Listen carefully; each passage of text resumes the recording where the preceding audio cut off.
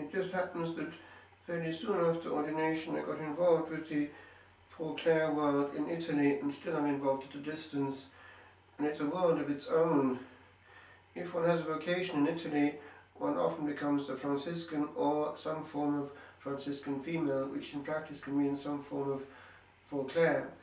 They're all over the place, and one monastery can differ quite a lot from another, but they have this in common, that they do take seriously the Blessed Sacrament, and adoration is very much the centre of their life. Some of the bigger monasteries have also gone into quite well-produced liturgy in the post-conciliar years, and it's quite edifying to see what girls can do together in creating beauty for the Lord. But the particular Paul Clares that I was involved with, except for one in Siena, had perpetual adoration to a sacramentine, and therefore it was very much day and night around the throne of God in church. The whole church was built so as to enthrone the Lord.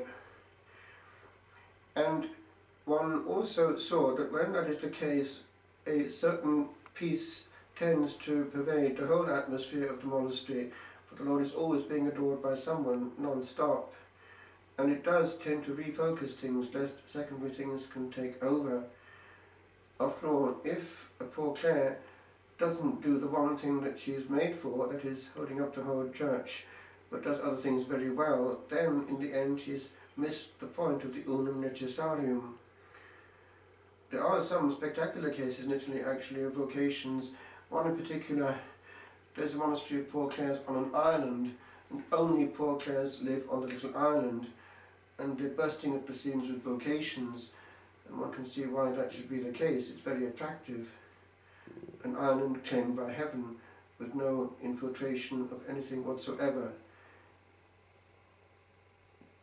And I did notice, while getting close to some of these nuns, that actually, as one gets into their mode of life and listens to what they have to say or to write, that the frontier between, as it were, God and man is pretty thin, and the Lord seems to get through to them, and they pick up things in a way which is bordering quite often on the supernatural.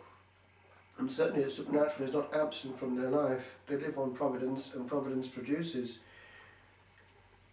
With regard to their foundress, it's quite interesting what happened.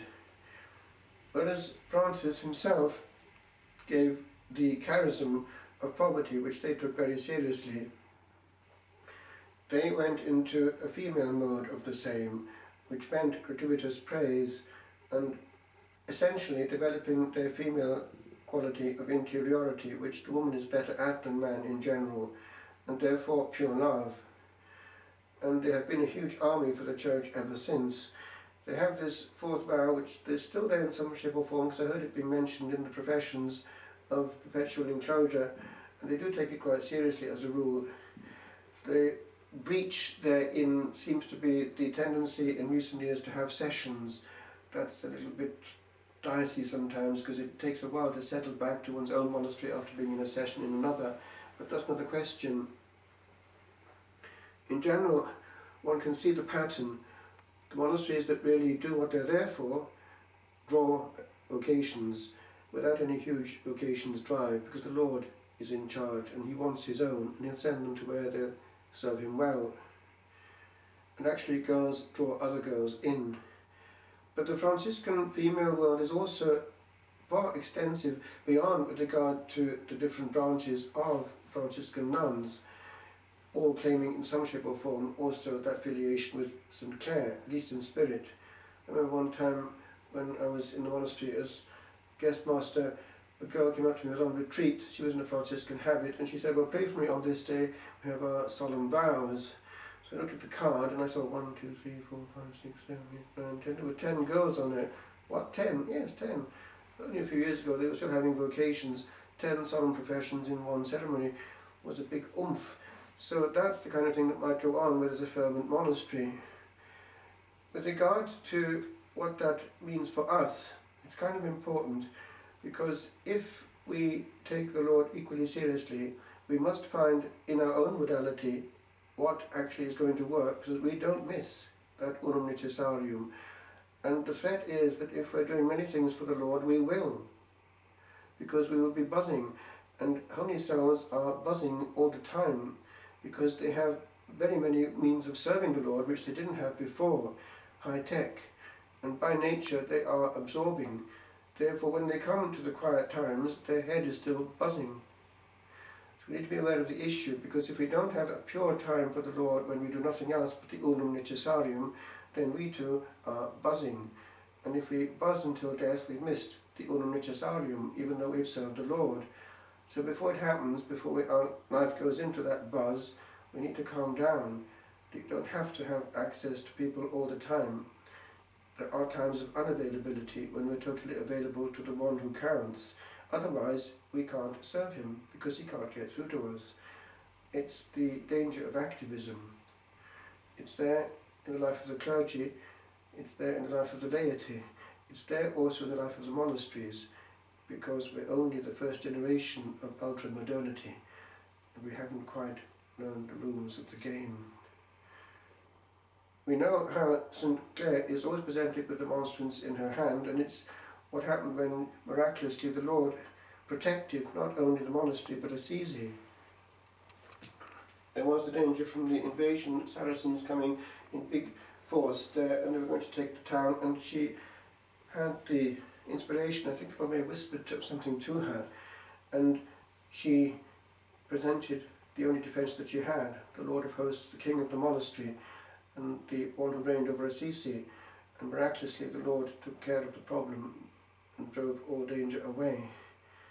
If we look carefully actually at the image here, which has come from Port Clare Monastery, we see, if one goes closely into it, that the host has in it the holy name, Jesus Ihas, which is actually Jesus in Greek. The Lord, therefore, was the centre.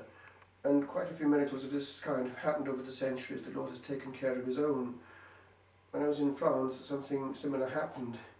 I remember my prior telling us that he just picked up something that happened in a place that he'd known as a young priest before entering.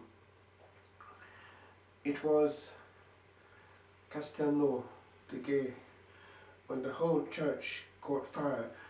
The wooden beams were ablaze, everything was a complete incendium with no hope of anything being spared. Even the bells fell as they started to melt.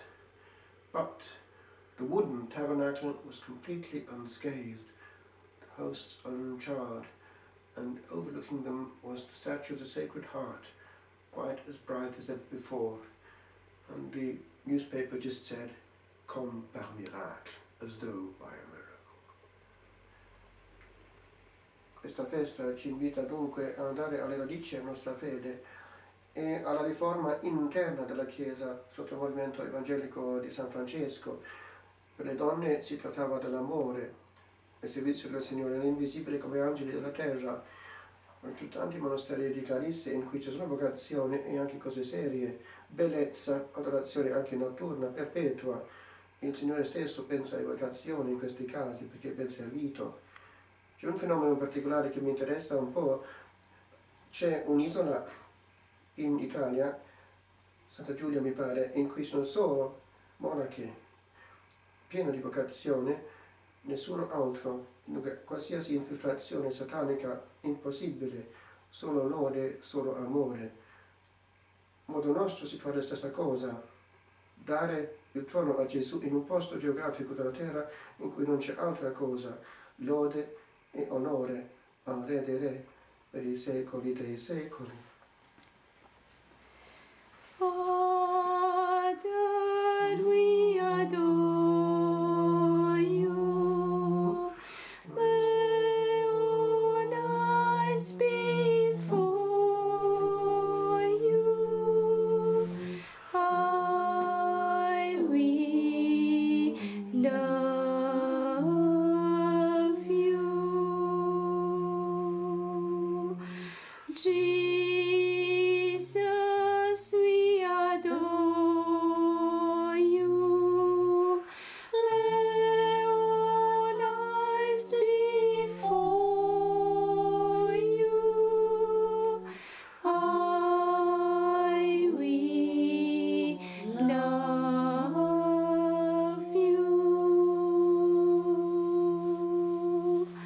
Spirit